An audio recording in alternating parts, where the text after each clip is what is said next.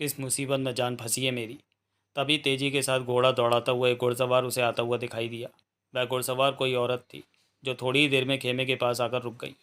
उसके बाद वह घोड़े से उतरकर भूतनाथ के पास पहुंची और बोली, शाबाश भूतनाथ, तुम सचमुच अपने वायदे के पक्के हो। लेकिन अभी तक मेरी समझ में ये नहीं आया कि तुम मुझसे दुश्मनी रखती हो या दोस्ती। भूतनाथ ने पूछा। अगर तुम ऐसे ही समझदार होते तो जीते जागते होने पर भी मुर्दों में क्यों गिने जाते। यह सुनकर भूतनाथ उदास हो गया, किंतु अगले ही क्षण वह संभल गया। अब मुझसे क्या चाहती हो। कामनी की हत्या। कामनी की हत्या की बात सुनकर भूतनाथ चौंक पड़ा। मैं तुम्हारा ये काम नहीं कर सकता। ये मेरा हुक्म है भूतनाथ। तुम्हें कल कामनी का सिर लेकर मेरे पास आना है और ये काम तुम्हारे सिवा और कोई नहीं कर सकता। यह सुनकर भूतनाथ सोच में पड़ गया। उफ, ये मैं किस उलझन में फंस गया। जिस औरत ने जिस औरत में नेकी कूट कूट कर भरी है, मैं उसी के साथ बदी करूं। ऐसा कभी नहीं हो सकता। ऐसा कभी नहीं हो सकता। मैं किसी भी कीमत पर उसकी हत्या नहीं कर सकता। और फिर जाओ, आज से मैं तुम्हारा कोई हुक्म नहीं मानूंगा। तुम्हें जो करना है करो। ठीक है, मैं तेरी इस गुस्ताखी का कैसा मज़ा चखाती हूँ देख। तभी भूतनाथ अपना वह खंजर लेकर उस औरत के सामने खड़ा हो गया। उफ, इस खंजर को सामने से हटा भूतनाथ। इसकी चमक देखकर न जाने को मेरी आंखें बंद हुई जा रही हैं। उसी समय भूतनाथ ने वह खंजर उस औरत के बदन से छुआ दिया और वह औरत चक्कर खाकर ज़मीन पर गिर पड़ी और बेहोश हो गई। बड़ी आई मुझे हुक्म देने वाली। तब भूतनाथ ने उस औरत को घोड़े पर लाद कर स्वयं भी उस पर सवार हो गया और वहाँ से भाग खड़ा हुआ। काफ़ी लंबा रास्ता तय करने के बाद उसका घोड़ा थककर ज़मीन पर गिर पड़ा। उफ, इसने भी बीच रास्ते में धोखा दे दिया। कोई बात नहीं, मैं इसे अपनी पीठ पर लाद कर ले जाऊंगा। और तब भूतनाथ ने उस औरत को एक चादर में लपेट कर गठरी की तरह अपनी पीठ पर लाद लिया और वहाँ से चल पड़ा। कई घंटे चलने के बाद भूतनाथ इसे ऐसी पहाड़ी पर पहुंचा जिसकी चोटी पर सलई का एक ऊंचा पेड़ था और उसके ऊपर एक लाल ध्वज फहरा रहा था। यह निशान कामनी का लगाया हुआ था। भूतनाथ, तारा और नानक से मिलने के लिए उसने ये जगह निश्चित कर रखी थी और निश्चय कर रखा था कि जब इन चारों में से किसी को किसी से मिलने की आवश्यकता पड़े तो वह इसी जगह आए, और यदि किसी से मुलाकात ना हो तो इस ध्वज को नीचे झुका दे। फिर उन चारों में से कोई उस ध्वज को झुका दे देखे तो तुरंत उस पहाड़ी के नीचे पहुंचे और नियत स्थान पर अपने साथी को ढूंढे। यह ध्वज बहुत दूर से दिखाई देता था। यह पहाड़ी रोहतासगढ़ और गया जी के बीच में पड़ती थी। ऊपर पहाड़ी पर पहुंचने के बाद भूतनाथ एक झाड़ी में घुस गया और दोनों हाथों से पेड़ों को हटाता हुआ एक गुफा पर पहुंचा, जिसका मुंह जंगली लताओं से ढक रखा था। वह उस औरत को उठाए हुए गुफा के अंदर चला गया और उस औरत को गुफा में छोड़कर बाहर निकल आया। वह पेड़ पर चढ़कर उस ध्वज को झुकाना ही चाहता था कि अचानक उसकी नज़र पेड़ पर चढ़ी हुई कामनी पर पड़ी, जो ध्वज को झुकाने का प्रयास कर रही थी। इस समय भी कामनी उसी भयानक औरत के वेश में थी। फिर भूतनाथ को देखकर कामनी पेड़ से नीचे उतर आई और बोली, भाई वाह, तुम अच्छे समय पर आए भूतनाथ। मैं तुमसे ही मिलना चाहती थी। मैं भी तुमसे मिलना चाहता था दीदी, इसलिए यहाँ आया हूँ, भूतनाथ ने कहा। अच्छा, तो बताओ, ऐसा कौन सा ज़रूरी काम आ पड़ा मुझसे, कामनी ने पूछा। मैं तुमसे आखिरी मुलाकात करने आया हूँ दीदी, भूतनाथ ने उत्तर दिया। ऐसी क्या मुसीबत आ गई तुम पर भूतनाथ, कुछ कहो तो। इसके लिए तुम्हें मेरे साथ गुफा में चलना होगा। मैं एक औरत को बेहोश करके लाया हूँ जो उसी गुफा में है। तुम पहले उसे देख लो, उसके बाद मेरी बात सुनना। भूतनाथ के साथ साथ कामनी पहाड़ के नीचे उतरी और उस गुफा के मुंह पर जाकर खड़ी हो गई, जिसके अंदर भूतनाथ ने उस औरत को रखा था। भूतनाथ उस बेहोश औरत को बाहर निकाल लाया। कामनी उस औरत को देखते ही चौंक पड़ी। तब भूतनाथ ने कहा, इस औरत की वजह से ही मेरी ज़िंदगी खराब हो रही है दीदी। क्या तुम इस औरत को पहचानती हो। हाँ, मैं इसे जानती हूँ। ये वह काली नागिन है जिसके डसे का कोई इलाज ही नहीं है। ये जिसको भी काट काट खाती है वह पानी नहीं मांगता। तुमने इसके साथ दुश्मनी करके अच्छा नहीं किया भूतनाथ। मैंने जानबूझकर इसके साथ दुश्मनी नहीं की दीदी। तुम्हें तो मालूम था कि मैं इसके कब्ज़े में था और इसका हर हुक्म आंख मूंद कर मानता था। लेकिन कल इसने मुझे एक ऐसा काम करने की आज्ञा दी जिसे मैं किसी भी कीमत पर नहीं कर सकता था और इनकार की भी हिम्मत नहीं थी। इसलिए मजबूर होकर इस खंजर की मदद से मैं इसे गिरफ्तार कर लाया। अब कोई ऐसा उपाय सोचो जिससे मेरी जान भी बचे और मैं राजा वीरेंद्र सिंह को मुंह दिखाने के काबिल हो जाऊं। मेरी समझ में अभी तक तुम्हारी कोई बात नहीं आई भूतनाथ। मैं ये भी नहीं जानती कि तुम इसके कब्ज़े में क्यों फंसे हुए हो। लेकिन मैं तो तुम्हें इसके बारे में पहले बता चुका था और तुमने मुझसे ये वायदा किया था कि तुम मुझे इस औरत के हाथों से मुक्ति दिला दोगी। हाँ, याद आया, मगर तुमने तो मुझे किसी श्यामा का नाम बताया था भूतनाथ। यह वही श्यामा है दीदी। तुम यहीं धोखा खा गए भूतनाथ। ये श्यामा नहीं मनोरमा है। मैं इसकी 7 पुश्तों को जानती हूँ। इसने ज़रूर तुम्हें अपने नाम से धोखा दिया है। अब तुम झाड़ी में छुप जाओ, मेरा करिश्मा देखो। भूतनाथ पास की झाड़ी में जाकर छिप गया और वहीं से कामनी की कार्रवाई देखने लगा। कामनी ने अपने बटुए से लकलकी की एक डिबिया निकालकर उस औरत को सुंघा दी। अगले ही क्षण जब वह औरत होश में आई तो कामनी की भयानक सूरत देख एकाएक घबरा उठ बैठी। तुम कौन हो और मैं यहाँ कैसे आई? मैं जंगल की एक बेलनी हूँ। यहाँ सुअर का शिकार करने आई थी। एक लंबे आदमी को तुम्हें उठाकर ले जाते देखा तो मैं तुम्हें यहाँ बचा लाई और उस आदमी को इस गोले से जख्मी कर दिया। अब तुम बताओ कि वो आदमी कौन था और तुम्हें इस तरह लाद कर क्यों ले जा रहा था? मैं सब कुछ तुम्हें बता दूंगी, मगर पहले तुम ये बताओ कि वह आदमी तुम्हारे जहरीले गोले से मर गया या जिंदा है? वो मर गया और मेरे आदमी उसे जलाने के लिए ले गए। उफ, ये तो बहुत बुरा हुआ। अब बुरा हुआ या अच्छा, उस बात को जाने दो, लेकिन अब ये बताओ कि तुम क्या चाहती हो और कहाँ जाना चाहती हो? मुझे गया जी का रास्ता बता दो। मेरे माता पिता उसी शहर में रहते हैं, मैं उन्हीं के पास जाऊंगी। अच्छा चलो, पहाड़ी से नीचे चढ़ो, मैं तुम्हें गया का रास्ता बता देती हूँ। लेकिन तुम्हारा नाम क्या है? मेरा नाम इमामन है। यह सुनते ही कामनी खिलखिलाकर हंस पड़ी। क्या तुम्हें ठगने के लिए मैं ही रह गई थी? फिर तो मुझे शक है कि कहीं तुम कामनी ना हो। मैं कामनी नहीं हूँ। हाँ, कामनी को पहचानती ज़रूर हूँ, क्योंकि वह वीरेंद्र सिंह की दोस्त है, इसलिए मेरी दुश्मन। तुम कुछ भी कहो, पर मैं तुम्हारी बातों पर विश्वास नहीं कर सकती। तभी संयोग से तारा भी कामनी के वेश में उधर आती हुई दिखाई दी। तुम विश्वास करो या ना करो, मेरा कोई हर्ज नहीं, लेकिन वह देखो, सामने कामनी आ रही है। उसी क्षण तारा कामनी का गुप्त संकेत पाकर अपने हाथ में खंजर लिए हुए वहां पहुंची। वही खंजर जो भूतनाथ के पास था। वारी किस्मत, एक साथ मुझे दो दो शिकार करने को मिल गए। बहुत दिनों से मुझे तुम दोनों की तलाश थी। अब मैं तुम दोनों को नहीं छोड़ने वाली। तारा की यह बात सुनकर कामनी जानबूझकर कांपने लगी। मनोरमा भी एकाएक कामनी को वहां देखकर घबरा गई। उस चमकते हुए खंजर को देखकर वह समझ गई कि अब उसकी किसी तरह जान नहीं बच सकती। उसे अब यह भी विश्वास हो गया कि वह जंगल की भीलनी जिसने उसे भूतनाथ से छुड़ाया था, उसकी सच्ची मित्र है। तभी कामनी ने तारा को फिर कोई इशारा किया जिसे मनोरमा नहीं जान पाई। तब अगले ही क्षण तारा ने अपना वह खंजर मनोरमा के शरीर से छुआ दिया और वह बेहोश होकर जमीन पर गिर पड़ी। झाड़ी में छिपा हुआ भूतनाथ भी बाहर निकल आया और कामनी से बोला, इससे मेरा काम तो कुछ भी नहीं हुआ। भूतनाथ, तुम बुद्धिमान ज़रूर हो, पर कभी कभी तुम्हारी अकल घास चरने चली जाती है। एकाएक तारा का यहाँ आना तुम्हारी खुशकिस्मती की निशानी है, वरना मुझे बहुत कुछ बखेड़ा खड़ा करना पड़ता। कामनी ने कहा। फिर तारा से पूछा, अब तुम बताओ कि तुम्हारा यहाँ आना कैसे हुआ? मुझे तुमसे एक ज़रूरी काम आ पड़ा था, इसलिए यहाँ चली आई। इतना कहकर तारा ने अपनी समस्या कामनी को बता दी, जिसका हल कामनी ने तारा को बता दिया। उसके बाद कामनी ने भूतनाथ से कुछ बातें की और फिर उन दोनों को वहाँ से चले जाने का इशारा कर दिया। तारा और भूतनाथ दोनों कामनी से अलग होकर उस झाड़ी में छिप गए और उन दोनों को देखने लगे। थोड़ी देर बाद मनोरमा होश में आई और घबरा कर चारों ओर देखने लगी। उसी क्षण मनोरमा की नज़र एक पेड़ से बंधी हुई कामनी पर पड़ी तो वह चौंक पड़ी।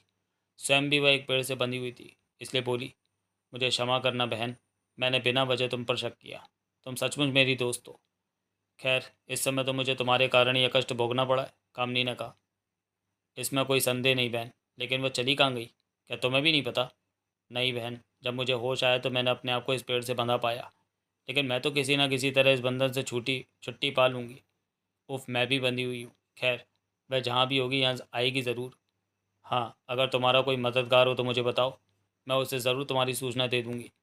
अगर कष्ट उठाकर तुम मेरे घर तक जा सको तो मेरी सहेली को मेरी सूचना दे देना, वह ज़रूर आकर मुझे छुड़ा ले जाएगी। तुम अपने घर का पता और सखी का नाम बता दो। सुनो बहन, काशी जी में त्रिलोचनेश्वर महादेव के पास लाल रंग का मकान एक छोटे से बाग के अंदर है। मछली के निशान की स्याह रंग की झंडी तुम्हें दूर से ही दिखाई पड़ेगी। मेरी सखी का नाम नागर है बहन। लेकिन बहन, वो मेरी बात का विश्वास कैसे करेगी? हाँ, ये तो है। सुनो, मैं तुम्हें एक गुप्त संकेत बताती हूँ। उसके कहने से वह तुम्हें मेरा विश्वास पात्र समझ लेगी। अब ज़्यादा विलम्ब न करो और जल्दी से वह संकेत बताओ, वरना वह कमबख्त आ गई तो मुश्किल हो जाएगी। तब मनोरमा ने धीरे से कहा, बहन, तुम विकट शब्द उसके कान में कह देना तो वह तुम पर कोई संदेह नहीं करेगी। ठीक है, अब जहाँ तक संभव हो सकेगा मैं तुम्हारी सखी के पास जल्दी पहुँचने की कोशिश करूँगी और अपना मतलब निकाल लूँगी। इतना कहने के बाद कामनी ने सीटी बजाई। सीटी की आवाज़ सुनकर तारा और भूतनाथ झाड़ी से निकलकर कामनी के पास आ गए। तब कामनी ने मुस्कुराते हुए उनसे कहा, मुझे छोड़ दो। भूतनाथ ने कामनी को जो पेड़ से बंधी हुई थी खोल दिया। कामनी तब मनोरमा के पास पहुंची और बोली, क्यों, मैं अपने कहने के अनुसार छूट गई ना? मनोरमा भूतनाथ को देखकर दंग रह गई। क्या अब भी भूतनाथ तेरे कब्जे में? अगर है तो वह कह इसी समय कामनी का सिर काट कर रख दूँ, क्योंकि वह यहाँ मौजूद है।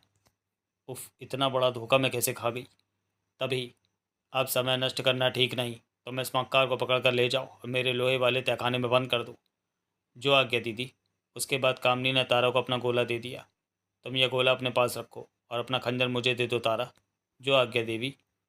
भूतनाथ, तुम तारा के साथ इस मक्कार को बेहोश करके ले जाओ, लेकिन जल्दी यहाँ लौटना, क्योंकि मैं तुम्हारे साथ ही काशी जाऊंगी और तुम्हारा काम करने के बाद मैं इंद्रजीत सिंह से मिलूंगी और दुष्ट माया रानी को जहन्नुम में पहुंचा दूंगी। जो आज्ञा दीदी। आधी रात के समय काशी में कामनी और भूतनाथ तेजी से त्रिलोचनेश्वर महादेव के मंदिर की ओर बढ़े जा रहे थे कि अचानक उनकी नज़र सामने से एक गट्ठर लादे चले आ रहे आदमी पर पड़ी। इस गठरी में ज़रूर कोई आदमी है भूतनाथ। बेशक, लेकिन मुझे तो इस आदमी पर भी शक लगता है कि कहीं यह मनोरमा का नौकर श्यामलाल ना हो दीदी। तो फिर इसे रोको, कहीं जाने ना पाए। तभी भूतनाथ लपक कर उस आदमी के सामने जा पहुंचा और अपने हाथ में लगी कटार का खटका दबा दिया। खट। खटके के दबते ही उस कटार में से तेज चमक निकली, जिसके कारण उस आदमी की आंखें बंद हो गईं। फिर अगले ही क्षण भूतनाथ ने अपनी कटार उसके बदन से छुआ दी, जिससे वो बेहोश होकर ज़मीन पर गिर पड़ा। अब जल्दी से इस गठरी को खोलो। और जैसे ही भूतनाथ ने उस गठरी को खोला तो दोनों चौंक पड़े। अरे, ये तो कमला है। कमला को जब होश आया तो वह अपने सामने भूतनाथ को देखकर कांप उठी। उसको शक था कि इस समय वह जिसके हुक्म से बेहोश करके लाई गई है वह भूतनाथ ही है। फिर अगले ही क्षण उसकी नज़र कामनी पर पड़ी तो वह उसे पहचान ना सकी। उधर जब कामनी ने यह देखा कि कमला बहुत डरी हुई है तो उसने कमला का हाथ पकड़कर कहा, कमला, तुम डरो नहीं। हम लोगों ने तुम्हें इस समय एक दुश्मन से छुड़ाया है। तो फिर आप लोग अपना परिचय दीजिए। आप लोग कौन हैं? कमला ने पूछा। मैं सब बातें लौट कर तुम्हें बताऊंगी, क्योंकि इस समय तो मुझे एक ज़रूरी काम से जाना है। तब तक तुम मेरे इस भाई के साथ रहो। किसी बात से तुम डरना मत। सुबह होने से पहले मैं तुमसे आकर मिलूंगी। उसके बाद मैं कुंवर इंद्रजीत सिंह को छुड़ाने का उपाय करूंगी। कामनी ने उत्तर में कहा। मुझे आप पर पूरा भरोसा है, क्योंकि आपने मुझे एक ऐसे दुश्मन के हाथ से छुड़ाया जिसे मैं ही जानती हूँ, कमला बोली। तब कामनी ने भूतनाथ को आदेश देते हुए कहा, भूतनाथ, यहाँ छोटी छोटी बहुत सी डोंगियाँ बंधी हैं। सन्नाटा और मौका देखकर तुम कोई भी एक डोंगी खोल लो और कमला को लेकर गंगा के पार चले जाओ। मैं मनोरमा के घर जा रही हूँ। वहाँ से अपना काम पूरा कर मैं सवेरा होने से पहले ही तुम दोनों से आ मिलूंगी। मनोरमा का नाम सुनते ही कमला बुरी तरह चौंक पड़ी और बोली, उफ, वह तो सचमुच शैतान की नानी है। हम लोगों को तो उसी ने तबाह कर डाला। क्या आप उसके घर? तुम घबराओ नहीं कमला। मनोरमा को तो मैंने कैद कर रखा है। मैं तो उसके घर एक ज़रूरी काम से जा रही हूँ। अब काफ़ी देर हो गई, मैं चलती हूँ। इतना कहकर कामनी वहाँ से चल पड़ी। वह थोड़ी ही देर में उस बाग के फाटक पर जा पहुंची जहाँ मनोरमा का मकान था। फाटक के साथ लोहे की एक जंजीर लगी हुई थी, जिसे हिलाने से दरबान ने एक छोटे सुराख में से बाहर झाँक कर देखा तो दरवाजे पर अकेली औरत को खड़ा देखकर उसने फाटक खोल दिया। और जब कामनी अंदर चली गई तो उसने फाटक उसी तरह बंद कर दिया और पूछा, तुम कौन हो और यहाँ किस लिए आई हो? मुझे मनोरमा जी ने पत्र देकर अपनी सखी नागर के पास भेजा है। तुम मुझे उनके पास ले चलो, मुझे उनसे ज़रूरी काम है, कामनी ने उत्तर दिया। लेकिन वो तो यहाँ नहीं है, किसी दूसरी जगह गई हैं। कब आएंगी इसका तो मुझे ठीक से पता नहीं है। फिर बेचारी मनोरमा नहीं बच सकेगी। क्यों, क्या हुआ उनको? दरबार ने चौंक कर पूछा। ये एक गुप्त बात है जो मैं तुमसे नहीं कह सकती। हाँ, इतना अवश्य बता देती हूँ कि अगर 3 दिन के अंदर अंदर उन्हें बचाने की कोशिश नहीं की गई तो चौथे दिन वह अवश्य मार दी जाएंगी, कामनी ने उत्तर दिया।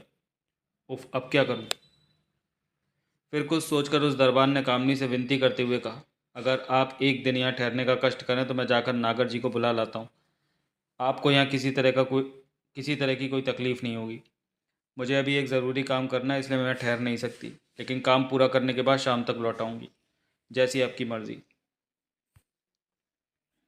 अगर आपकी मेहरबानी से हमारी मालकिन की जान बच जाएगी तो हम लोग जन्म भर आपके ग़ुलाम रहेंगे। ठीक है, मैं ज़रूर आऊँगी, मगर तुम जाने से पहले इतना इंतज़ाम कर देना कि अगर मैं जल्दी लौट आऊँ तो मुझे यहाँ रुकने में कोई परेशानी ना हो। उसकी आप चिंता न करें, मैं जाने से पहले आपका पूरा इंतज़ाम कर जाऊँगा, दरबान बोला। उसके बाद दरबान ने फाटक खोल दिया और कामनी उससे बाहर निकल गई। तभी मनोरमा का नौकर बदहवास सा दौड़ता हुआ उस फाटक पर पहुंचा। अरे, ये तो वही आदमी है जिसके चंगुल से अभी अभी कमला को छुड़ाया था। अगले ही क्षण वह फाटक खुला और वह उसमें प्रवेश कर गया। कामनी भी वहाँ से चल पड़ी। थोड़ी ही देर में वह एक डोंगी के जरिए कमला और भूतनाथ के पास गंगा पार जा पहुंची। लगता है कुछ काम नहीं बना और आपको खाली हाथ लौट आना पड़ा। हाँ, इस समय तो खाली हाथ लौटना पड़ा। नागर घर पर मौजूद नहीं थी, उसका नौकर उसे बुलाने गया है। अगले ही क्षण, मैं चाहती हूँ कि कमला को रोहतासगढ़ भेज दूँ ताकि राजा वीरेंद्र सिंह को कुछ धैर्य बंधे। क्यों कमला, तुम्हारी क्या राय है? आप जो भी सोचेंगी हमारे भले के लिए ही सोचेंगी। फिर भी मैं अभी तक ये नहीं जान पाई हूँ कि आप कौन हैं और बिना स्वार्थ के हमारी मदद क्यों कर रही हैं। कमला का सवाल सुनकर कामनी ने भूतनाथ को वहाँ से चले जाने का इशारा किया तो भूतनाथ उठकर वहाँ से एक तरफ चला गया। यद्यपि लोगों ने मुझे बदनाम कर रखा है, पर मैं वैसी नहीं हूँ। मैं नेक इंसानों के साथ नेकी का चलन करती हूँ और दुष्टों को सज़ा देने से नहीं चूकती। इतना कहकर उसने कमला को अब तक की पूरी कहानी सुना दी। कहानी सुनने के बाद, लेकिन किशोरी और इंद्रजीत सिंह खंडहर वाले तहखाने में कैसे पहुंचे? वह खंडहर एक छोटा सा तिलिस्म है और उस तिलिस्म पर माया रानी नाम की एक औरत का कब्जा है। मैं उसकी सगी बहन हूँ। हमारी तिलिस्मी किताब से मालूम होता है कि कुंवर इंद्रजीत सिंह और आनंद सिंह उस तिलिस्म को तोड़ेंगे, किंतु माया रानी चाहती है कि तिलिस्म न टूटने पावे। इसलिए वह राजा वीरेंद्र सिंह और उनके बेटों की दुश्मन बनी हुई है। अंत में लाचार होकर मुझे उसका साथ छोड़ देना पड़ा। फिर तो मैं माया रानी के दर्शन ज़रूर करना चाहूँगी। तो क्या तुमने सच में माया रानी को अभी तक नहीं देखा? क्या तुम उसके दरबार में नहीं गई? हाँ, मैं एक औरत के दरबार में गई तो थी, मगर ये नहीं कह सकती कि वो माया रानी का दरबार था या किसी दूसरे का। वो माया रानी का ही दरबार होगा, क्योंकि उसके आदमी ही तुम्हें गिरफ्तार करके ले गए थे। याद है ना उस तहखाने वाली कोठरी की घटना? मैं उसे कैसे भूल सकती हूँ। अच्छा, ऐसा क्या घटा था वहाँ पर? मैं पूरी कहानी आपको बता देती हूँ। जब हम लोग वीरेंद्र सिंह के साथ उस खंडर वाले तहखाने में घुसे तो जीने के नीचे वाली कोठरी में मैं घुस गई। उस कोठरी की दीवार का एक पत्थर निकाल कर ज़मीन पर पड़ा हुआ था। उसमें एक आदमी के निकल जाने लायक बड़ा सुराख था। ये देखकर मैंने आनंद सिंह और तारा सिंह को आवाज़ दी। उसके बाद उसने वह कहानी सुनानी शुरू की। उस सुराख से दूसरी ओर मुझे कोठरी नज़र आई जिसमें एक चिराग जल रहा था। मैं आनंद सिंह और तारा सिंह के साथ उस कोठरी में घुस गई। हम लोग अभी 2-4 कदम ही चले होंगे कि एकाएक पीछे से खटके की आवाज़ आई। हमने घूम कर देखा तो दीवार का वह रास्ता बंद हो चुका था। ये देखकर हम आश्चर्यचकित हो ये सोचने लगे कि अब क्या करें। तभी कुछ लोग ना जाने कहाँ से वहाँ धमके और उन्होंने बड़ी फुर्ती से हम तीनों के ऊपर अलग अलग एक चादर डाल दी। चादर के ऊपर पड़ते ही हम तीनों बेहोश हो गए। फिर पता नहीं कितने दिन के बाद जब मैं होश में आई तो अपने आप को मैंने उस औरत के दरबार में पाया। इतना कहकर कमला खामोश हो गई। तब कामनी ने पूछा, वह दरबार कैसा था? वह दरबार एक बारादरी में लगा था। रतन जड़ाऊ सिंहासन पर एक जवान औरत दक्षिण की तरफ की पोशाक पहने बैठी थी। कमला ने उत्तर दिया, फिर तो वो वही माया रानी थी। आगे क्या हुआ? उसके दाईं तरफ सोने की चौकी पर मृगछाला बिछाए हुए कोई सन्यासी बैठा था। वह उस तिलिस्म का दरोगा है जो सन्यासी के वेश में रहता है और जिसे अब राजा वीरेंद्र सिंह ने कैद कर रखा है। आश्चर्य है, राजा वीरेंद्र सिंह ने कब और किस दरोगा को कैद किया है मुझे तो नहीं मालूम। तुम शायद भूल रही हो कमला। उस तिलिस्मी खंडर में जब तुम लोग गए थे तो एक कोठरी में एक सन्यासी बेहोश पड़ा मिला था या नहीं? हाँ, याद आया। एक कोठरी के अंदर जिसमें एक पत्थर की मूर्ति दीवार से चिपकी हुई थी, वहाँ एक सन्यासी बेहोश पड़ा तो था। क्या वही उस तिलिस्म का दारोगा है? हाँ, वो तिलिस्मी दारोगा है। वही बहुत से आदमियों को अपने साथ लेकर कुंवर इंद्रजीत सिंह को उठा लाने के लिए उस खंडहर में गया था, मगर तारा सिंह की चालाकी से अपने साथियों सहित बेहोश हो गया। उस समय वेश बदले हुए मेरा भी एक आदमी वहाँ मौजूद था जो दूर खड़ा सब कुछ देख रहा था। फिर उस दरबार में और क्या देखा तुमने? उस मृगशाला वाली चौकी के पास 20 जड़ाऊ कुर्सियाँ और रखी थीं। सिंहासन के बाईं तरफ एक छोटे रतन जड़ाऊ सिंहासन पर एक सुंदर युवती बैठी थी जिसके पास 20-21 जड़ाऊ कुर्सियाँ और पड़ी थीं, जिन पर सुंदर युवतियाँ बड़े ठाट बाट से बैठी थीं। लेकिन उस छोटे रत्न जड़ाऊ सिंहासन पर बैठी औरत कौन थी? पहले मुझे ये बताइए। वो मेरी सबसे छोटी बहन लाडली है। तो क्या आपकी और भी कोई बहन है? नहीं, हम 3 बहनों के अलावा ना कोई भाई और ना कोई बहन। कामनी ने कहा। महारानी के सिंहासन के पीछे मनोरमा खड़ी थी। उन्हीं की बातचीत से मुझे उसका नाम पता चला। वो बड़ी दुष्ट थी नहीं है। फिर आगे क्या हुआ? ऐसे दरबार को देखकर मैं घबरा गई। मैं हैरान थी कि इतनी दौलत इन लोगों के पास कहाँ से आई और ये लोग कौन हैं। मैं अचरज भरी नज़रों से चारों तरफ देखने लगी कि तभी मेरी नज़र एकाएक हथकड़ी पहनने आनंद सिंह और तारा सिंह पर पड़ी। फर्क सिर्फ इतना था कि कुंवर आनंद सिंह जख्मी ना थे और तारा सिंह बुरी तरह घायल अवस्था में वहाँ बैठे थे। उनके सारे कपड़े खून से तरबतर हो रहे थे। वैसे उनके घावों पर पट्टी बंधी हुई थी, फिर भी उनके शरीर से खून काफ़ी निकल चुका था। किंतु कुंवर आनंद सिंह की अवस्था देखकर मुझे क्रोध तो बहुत आया, पर क्या करती। हथकड़ी और बेड़ी ने मुझे लाचार कर रखा था। हाथों में नंगी तलवारें लिए कई औरतें हम तीनों को चारों ओर से घेरे खड़ी थीं। मुझे तारा सिंह के ज़ख्मी करने के विषय में जानने की उत्सुकता थी। आखिर उसे इन लोगों ने क्यों ज़ख्मी किया था? और जब वे आए तभी माया रानी का संकेत पाकर मनोरमा मेरे पास आई। उस समय उसके हाथ में एक पत्र और कलम था। वह पत्र राजा वीरेंद्र सिंह के नाम था। लो, इस पत्र पर अपने हस्ताक्षर कर दो, जल्दी। मैंने वह पत्र पढ़ा तो उसमें लिखा था, आप इस पत्र को देखते ही केवल एक जासूस को लेकर इस आदमी के साथ बेखौफ यहाँ चले आइए। कुंवर इंद्रजीत सिंह, आनंद सिंह और किशोरी आदि सब इस जगह कैद हैं। मैं इन्हें छुड़ाने का पूरा प्रबंध कर चुकी हूँ। सिर्फ आपके आने की देर है।